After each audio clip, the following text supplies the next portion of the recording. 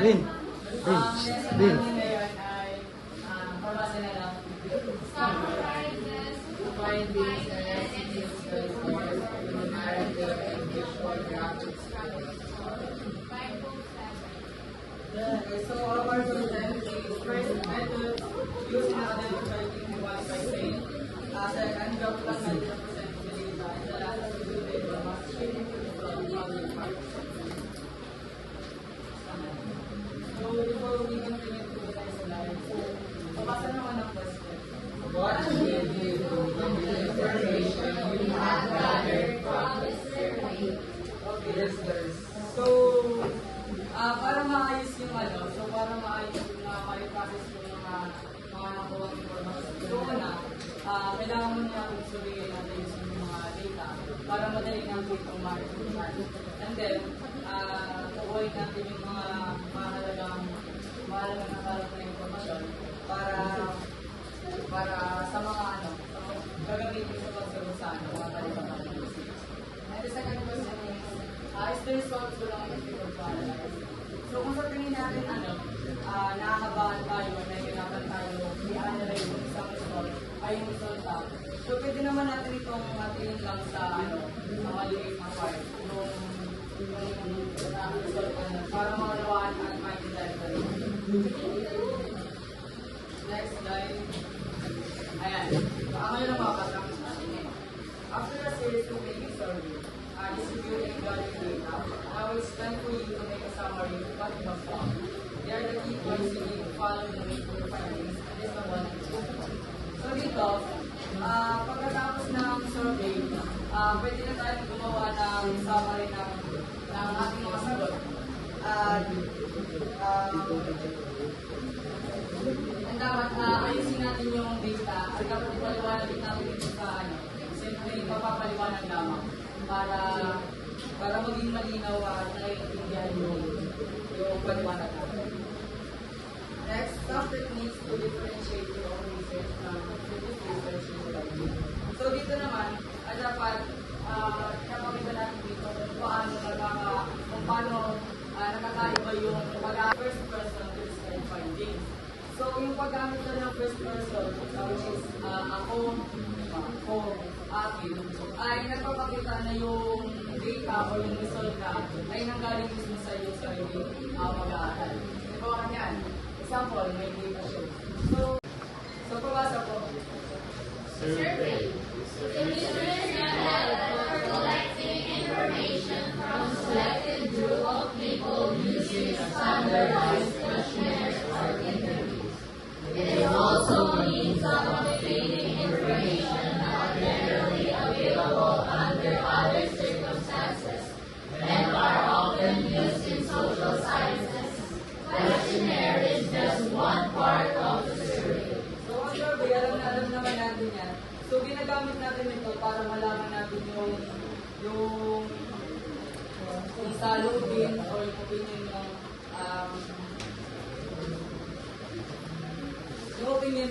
mga tao. At ito ay madalas natin ginagamit sa maagang The next one is what is a questionnaire? Babasa ko ulit. Each of survey questions asked the respondents to extract specific information. Questionnaire is the data collection component of overall survey. So ito yung bahagi ng survey na kung saan pinapasagutan natin sa mga tao para kunin natin yung mga informasyon na nais natin malaman doon sa mga tao. Mabasa ko ulit.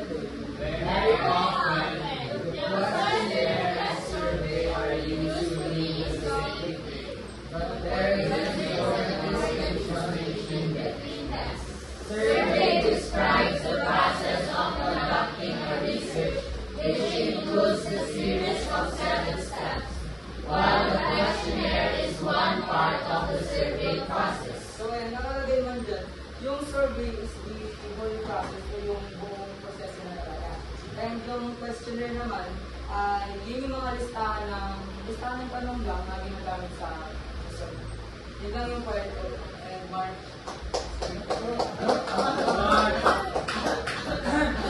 Ano lang, kahit kunti lang. 2 words lang. 2 words lang lang. Kilala ka lang, Mark. Sino mo yung sabi ko? Kasi lagi mo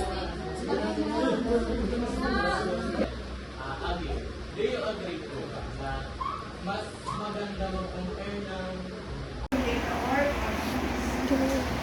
So, ang graphical method naman, yung nutshell, parang to give a visual experience, hindi lang dun sa words na context, para maging interactive, organized. Okay na yan. So, yung first method is pie chart. It is usually used to show how parts of the whole compare to each other and to the whole. The entire circle represents the total and the parts are proportional. Parts are proportional to the amount of the total they represent.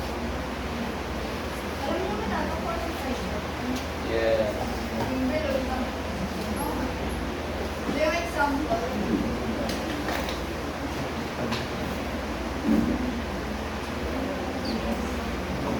next is bar graph. So it uses bars to compare categories of data. It may be drawn vertically or horizontally. So a vertical bar graph is best to be used when comparing its representatives between distinct categories. The categories are measured independently and compared with one another. Ang horizontal bar graph naman, pwede siya mag-contain ng 5 or more categories. Pinaplot siya onto their x-axis or y-axis. So, ito yung example ng horizontal. Yan. So, yung last, is line graph for time series. Ito naman yung graphical representation ng data na nag-show ng continuous change or trend. Pwede siyang passive or pwede din passive. Pwede din siyang consistent. Example. Kita din ba yung pag-asyan sa kapag-asyan ng mga lines? So, yung dalawang axis that is yung percentage. Tapos yung days. Yung year.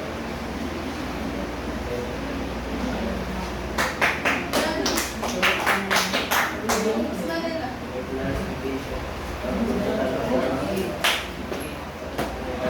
May tanong ba kayo?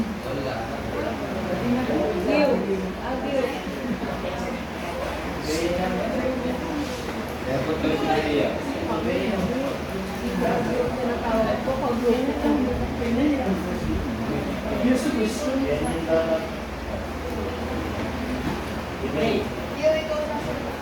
President lang. Pagkakaya mo ng horizontal. Para sa horizontal sa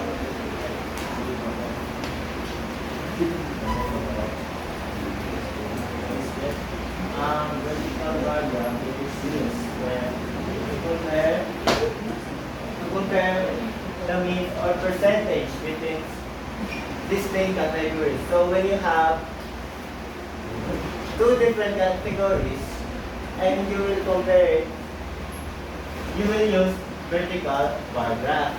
But when your categories are more than 5 categories, you will use horizontal bar graph. So, nagkakaya ba lang naman siya sa number ng categories na i-present?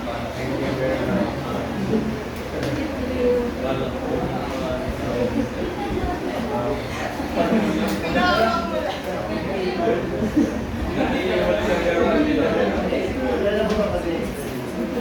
Pag vertical, kakaunti lang. Pag horizontal, ang marami na yung sino-compare mong data.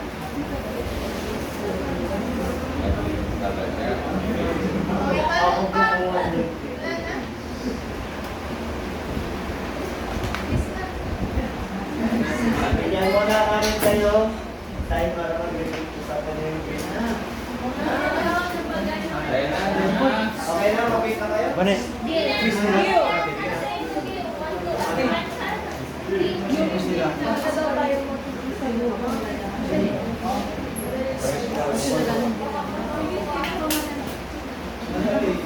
namin ba?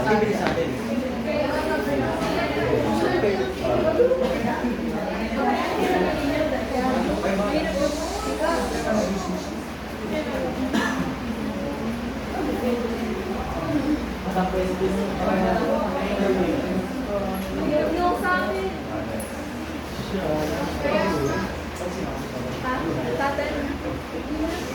Okay. Simple lang. Thank you to the last two groups for reporting our last topic. Okay. What have you learned from their discussion? Labels. Raise your hand. What are labels? By rows and columns. Title and title number. Raise your hand. Ano makikita sa table? It should have title and title number. Okay, title and title number. Si Sir Kim po ang usar ni Sir Shin. Okay, di ba si Sir Kim nagtuturo na in writing a table, dapat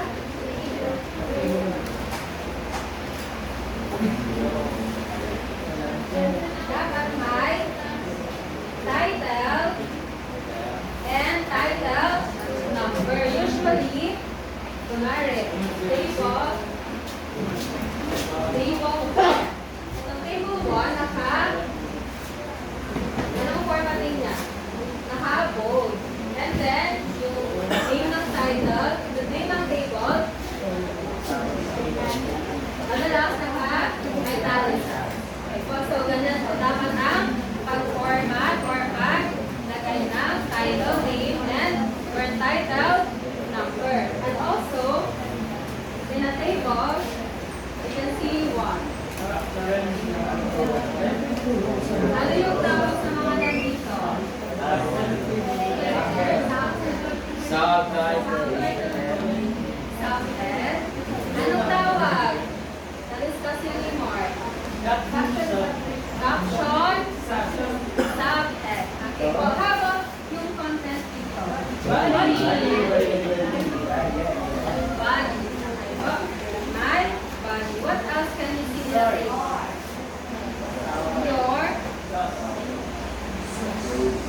Your source. Ano po yung source? Kung saan galing ko siya? Okay, kung saan galing ang data? Saan makikita ang source dito? Sa ibaba? Sa itaas? Saan? Saan? Within the table? Within the title? Outside. Below? Saan po inilalagay ang source? Below. Below the table. Saan inilalagay ang source? Below the table. Underneath. Usually, ang source makikita sa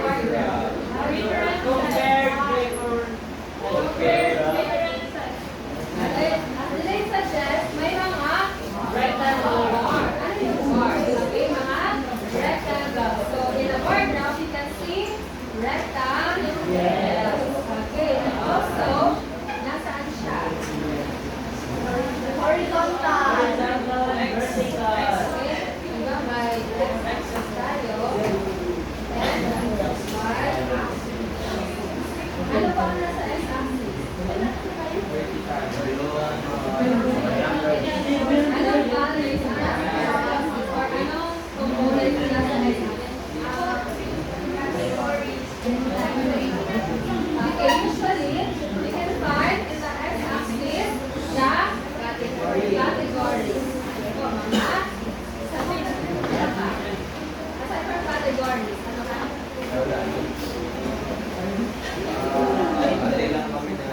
Usually, ang x-axis composed of the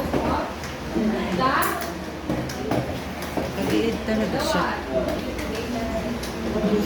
of a descriptive Paano ba yun? data. So usually, mga words po ang nasa x-axis. Meanwhile, nasa y-axis ang number. Okay, but minsan, nagkakapalit kami. So, kakailangan na. And, iba nabanggit na po ng orders na may different kinds of a bar graph. So, how do they differ like that? Agilan. Okay, when we say horizontal bar graph, five more than five. More than one. Horizontal, oh, let's define horizontal. Like that. So that means you can see in a horizontal bar graph. Ito, ang bar, paano ang picture ng bar? Yung bar block, ganito po. Yes. So, ganito po ang horizontal Bar. bar. Meanwhile, ang vertical naman po, of course, patayo yung mga rectangles or yung bars. Okay, so, ayan po ang bar. Okay, di ba ang bar graph may mga space in between the bars. Tapos, may isa pa po na natuloy na walang spaces in between the bars. Ano ba ang tawag dyan? No space, vertical. Is it still a bar graph? Pag walang space, di ba ang bar graph usually may space in between the bars. Pag walang space, is it still a bar graph?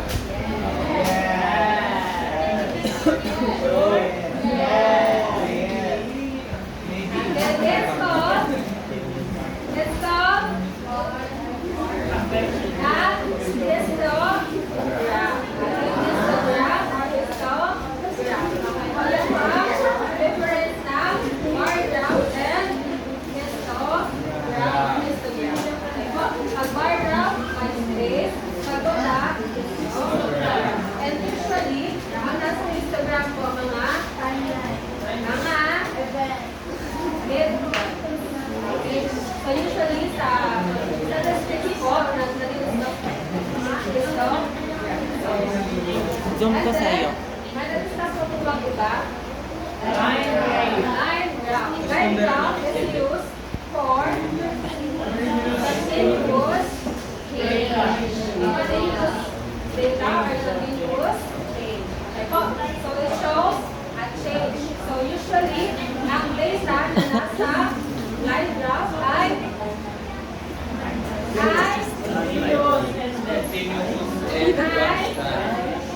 time. Okay, usually, time po ang nasa line graph.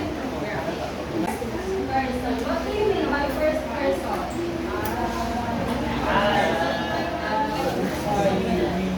Okay, di ba? In the first person, I, me. In the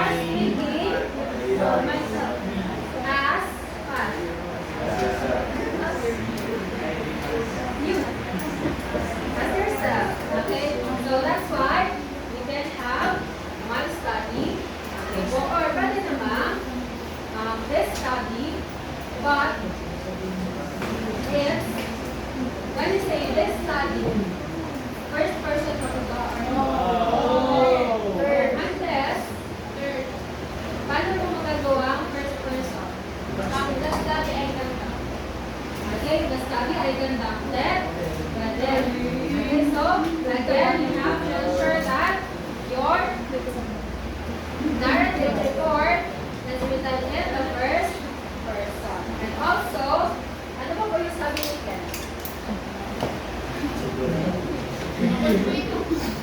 Ano ba ba yung nakaraan?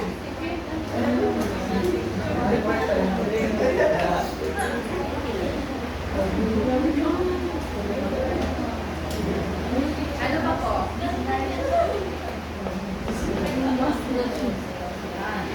May marketing. Yes. Ano ba paggamit ng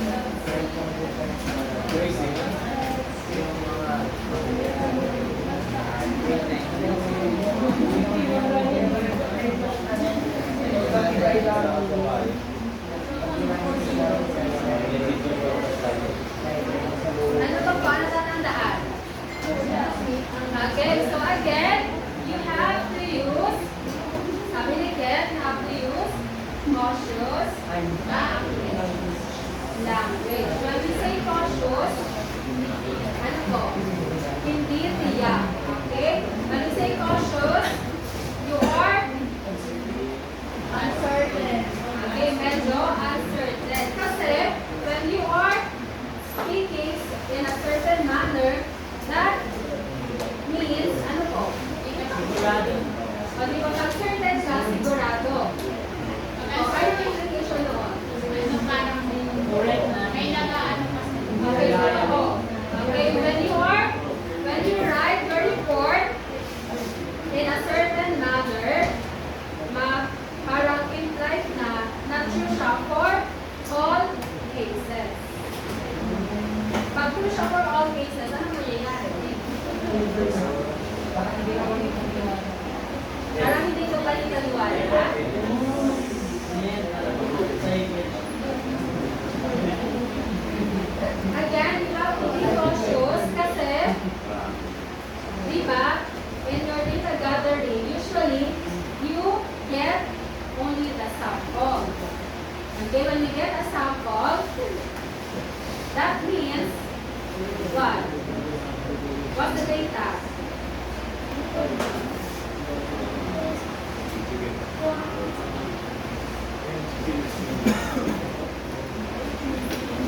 Okay, di ba pag may sample ka, that is a representative of your whole population. But,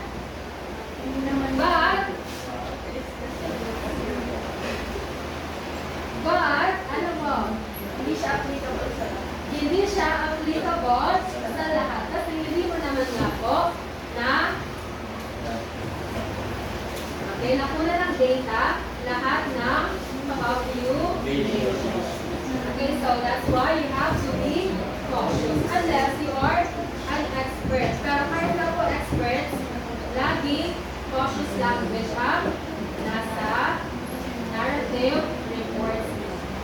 Okay, kasi diba sa science and mathematics, pag 100% true na po siya, usually it's called a law. Diba? Pag it can be proven or disproven, it is only a theory. Okay, pag certain ka, usually it can be treated as a law. Diba? In mathematical terms. Okay, so that's why you have to be cautious kasi hindi nga naman po true to all cases ang results. Okay? So what else have you learned? That's all. Okay? So at this point, what questions do you have? None? Okay, so let's have the quiz.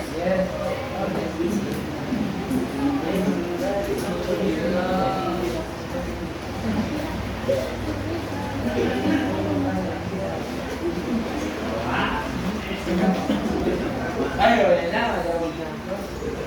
Ay, sa wakas.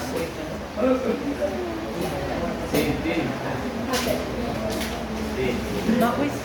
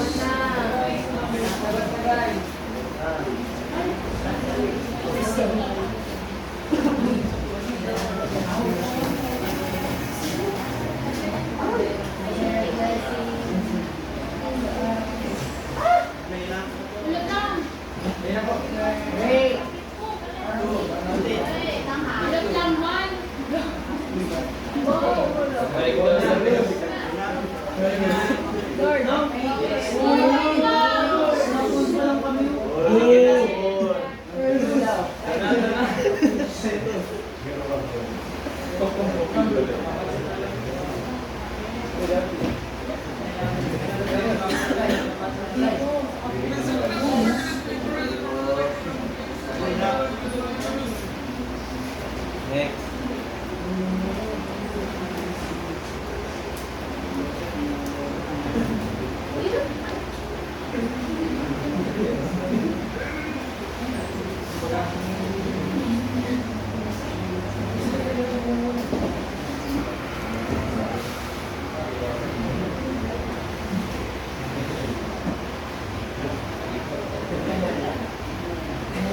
Next, kuya.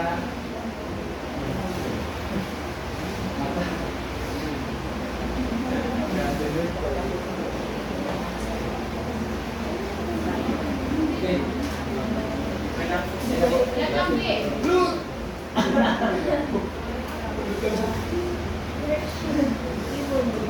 Four.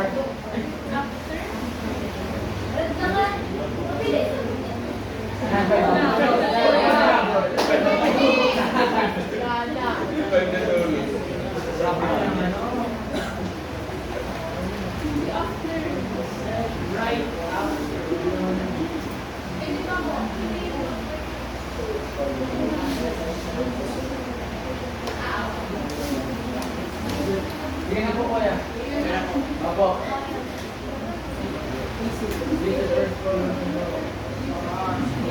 Pabalik daw sa tiritin mo, dali lang. Dali lang po, dali lang. Dali lang. Ata. Condom sila.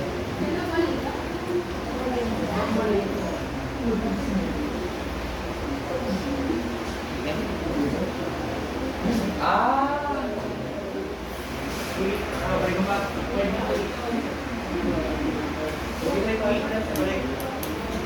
Babalik daw mo na sa tree. Baka.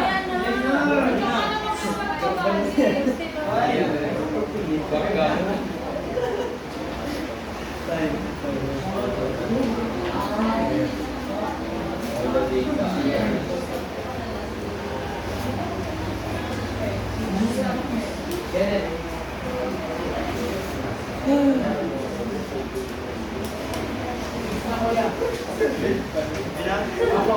Opo, kuya.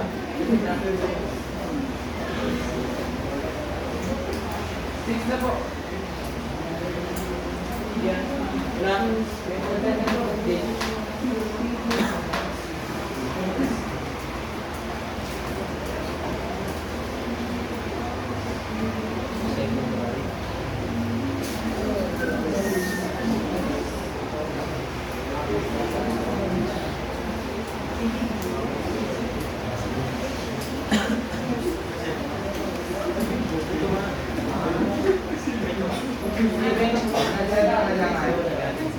Last na po. Last na.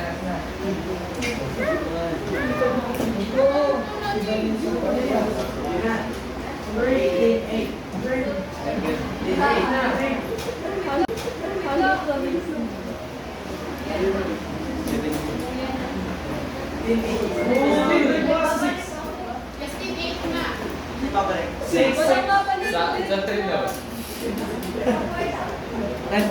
Uy, nagpuputol si Alvin. Sige. Nagbiling mo lang ako.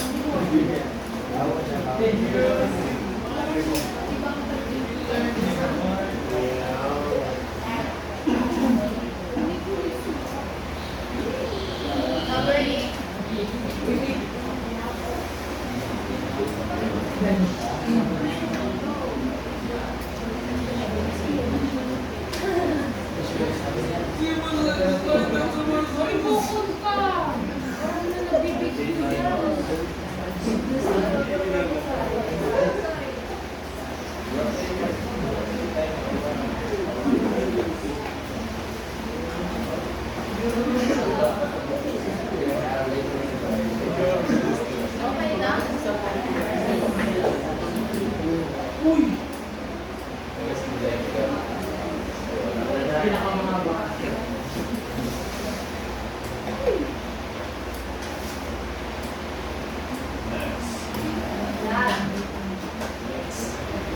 Okay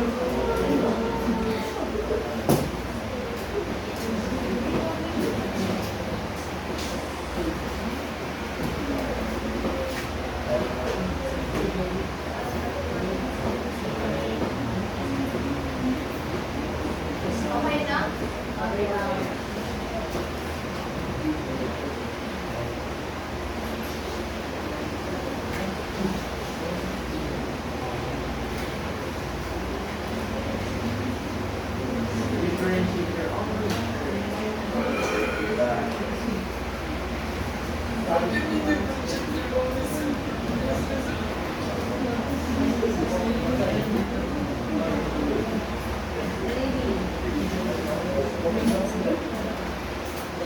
Ayos na?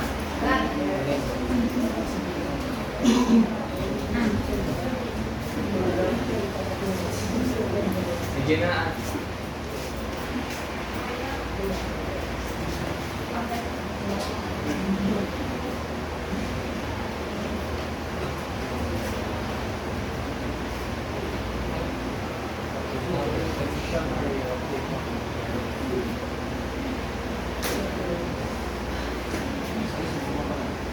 Okay na?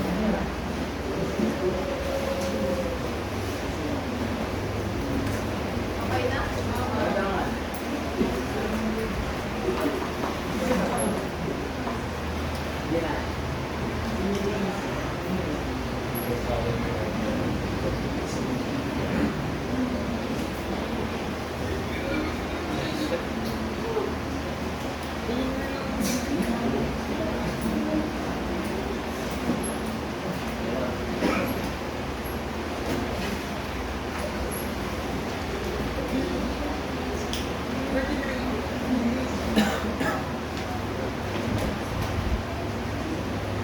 Okay na?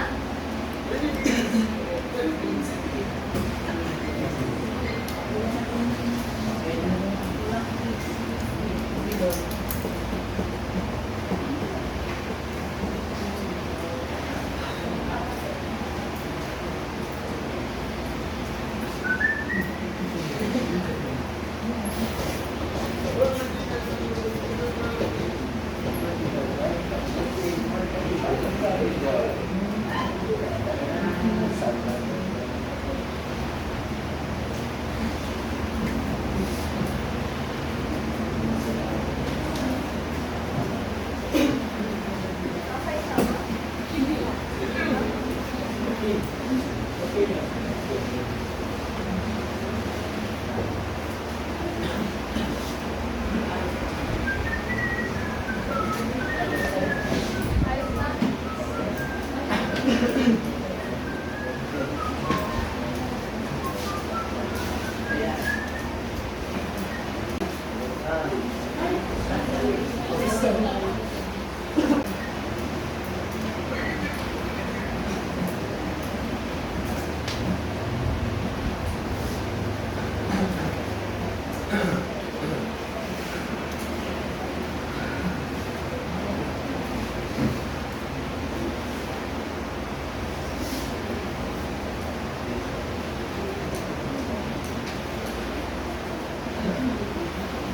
Okay na? Wait lang, wait lang.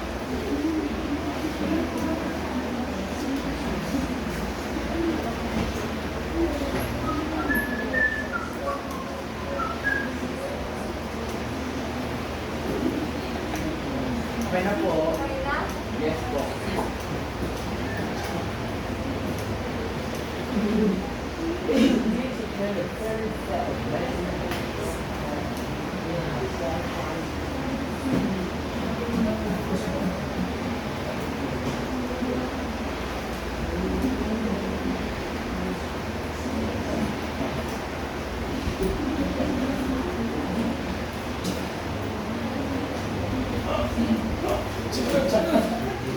Okay na? Nagbabalikan ba? What is that? Word daw.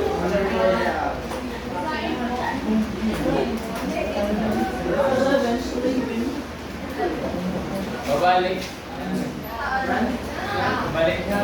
O, sa kuya. Kuya, o. Ay ba naman? Babalik. Babalik ang basketball natin. Front na lang.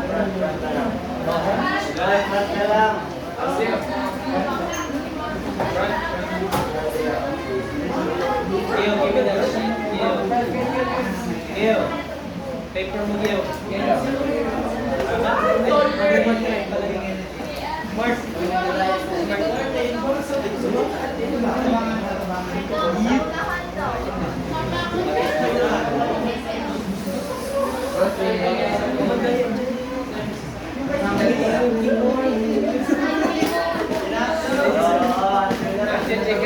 Number 1, cut.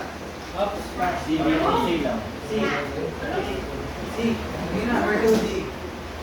Dog. 3, 4, D. Alarm? Or boy. 2, dog. 3, 8. Iba mo nga yung words dito. 4, B. D.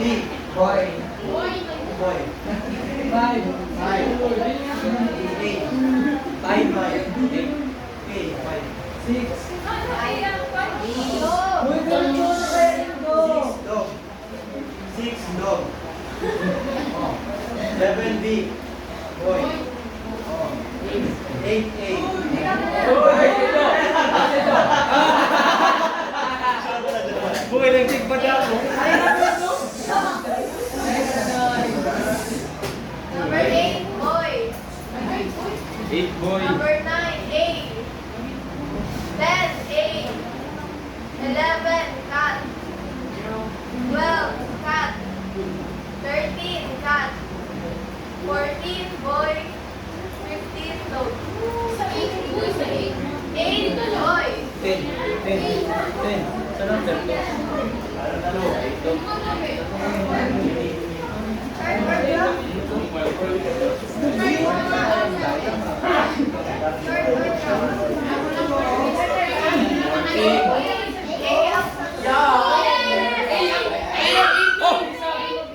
Perfect.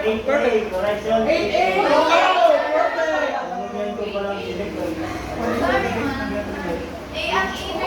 Ano yun na perfect na lunan. 50. Ay, damn.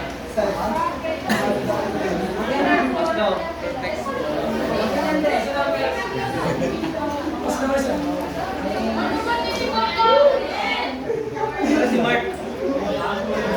Wala si Mark. Ay, nag-record. Kitang lang po. Sorry, kitang lang po. Perfect, gang, go. Sige.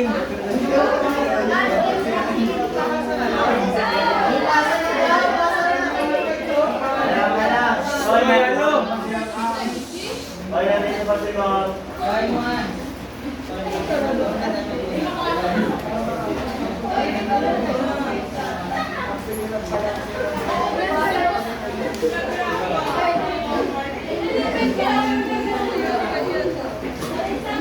Ayaw ko pa naman eh.